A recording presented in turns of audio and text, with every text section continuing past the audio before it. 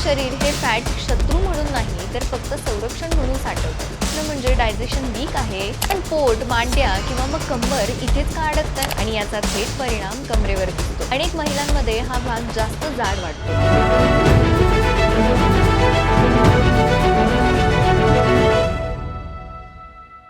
नमस्कार, मी अंजली आणि weight loss with आशा किरणमध्ये आज आपण एक खूप महत्त्वाचा विषय समजून घेणार आहोत. अनेक महिलांचा एकच प्रश्न असतो, माझं वजन कमी होतंय पण पोट, मांड्या किंवा मग कंबर इथेच का अडकतंय? तर आजचं खरं उत्तर आहे, महिलांच्या शरीरात फॅट साठवण्याची ठराविक ठिकाणं असतात आणि त्या ठिकाणी वजन वाढण्यामागे कारणही वेगवेगळी असतात. सगळ्यांसाठी एकच उपाय चालत नाही हे समजून घेतलं की वजन कमी करणं खूप सोपं होतं. सगळ्यात पहिलं फॅट स्टोरेज झोन म्हणजेच खालचं पोट, लोअर बेली. ही समस्या विशेषतः महिलांमध्ये खूप कॉमन आहे. याचं मुख्य कारण म्हणजे हार्मोनल इम्बॅलन्स, पोट नीट साफ न होणे आणि सतत बसून राहणे, आणि एक महत्त्वाचं कारण म्हणजे पोस्ट प्रेग्नन्सी नंतरच्या गोष्टी. यावेळी हमखास महिलांचं वजन वाढतं. अनेक जणी म्हणतात मी कमी खाते तरी पोट सुटतं. कारण इथे प्रश्न कमी खाण्याचा नसतोच, तर पचन नीट न होण्याचा असतो. उपाय काय? तर रोज पोट साफ होईल याकडे लक्ष द्या. पाणी योग्य प्रमाणात प्या. रात्री हलकं जेवण घ्या आणि झोप पूर्ण घ्या. लोअर बेली फॅट कमी व्हायला वेळ लागतो, पण योग्य सवयींनी तो नक्कीच कमी होतो. दुसरा महत्त्वाचा झोन म्हणजे कंबर आणि साईड्स. इथे फॅट साठण्याचं मुख्य कारण म्हणजे जास्त साखर, जास्त मीठ, पॅकेज पदार्थ आणि स्ट्रेसमध्ये शरीर स्वतःच फॅट साठवायला लागतं, विशेषतः कमरेभोवती. दिवसभर काम, घर, जबाबदाऱ्या, महिलांना स्वतःसाठी वेळच मिळत नाही आणि याचा थेट परिणाम कमरेवर दिसतो. उपाय सोपा आहे. प्रोसेस फूड कमी करा. रोज थोडा वेळ स्वतःसाठी ठेवा. चालणं, स्ट्रेचिंग आणि डीप ब्रीदिंग याला रोजचा भाग करा.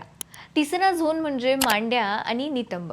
बघा, अनेक महिलांमध्ये हा भाग जास्त जाड वाटतो आणि वजन कमी करतानाही इथे फरक दिसायला वेळ लागतो. यामागे जेनेटिक्स, हार्मोन्स आणि सिटिंग लाईफस्टाईल कारणीभूत असतात. सतत एकाच जागी बसून काम करणाऱ्या महिलांमध्ये हा फॅट जास्त साठतो. आणि यावर उपाय म्हणजे रोज चालणं, जिने चढणं, थोडं स्क्वॉटिंग आणि पाणी पुरेसं पिणं खूप उपयोगी ठरतं. एक महत्त्वाची गोष्ट म्हणजे या भागात फॅट कमी होताना शरीराचा शेपही सुधारतो.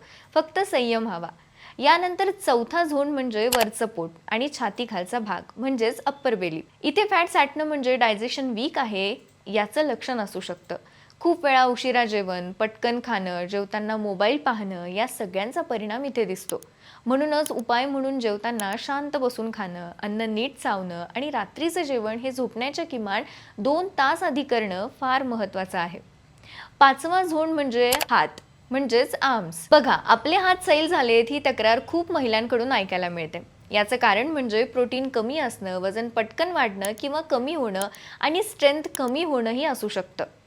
किंबहुना हातावरचं फॅट कमी करण्यासाठी फक्त व्यायाम नाही तर आहारात डाळी, कडधान्य, दही, ताक यांचा समावेश गरजेचा आहे.